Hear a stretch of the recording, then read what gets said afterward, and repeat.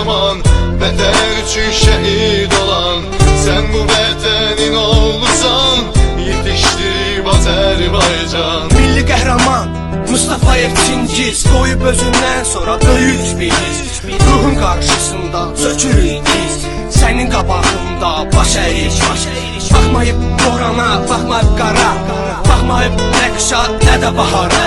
Bir əlində silahı, bir əlində kamera, vuruşub Qarabağ, düşəndə dara.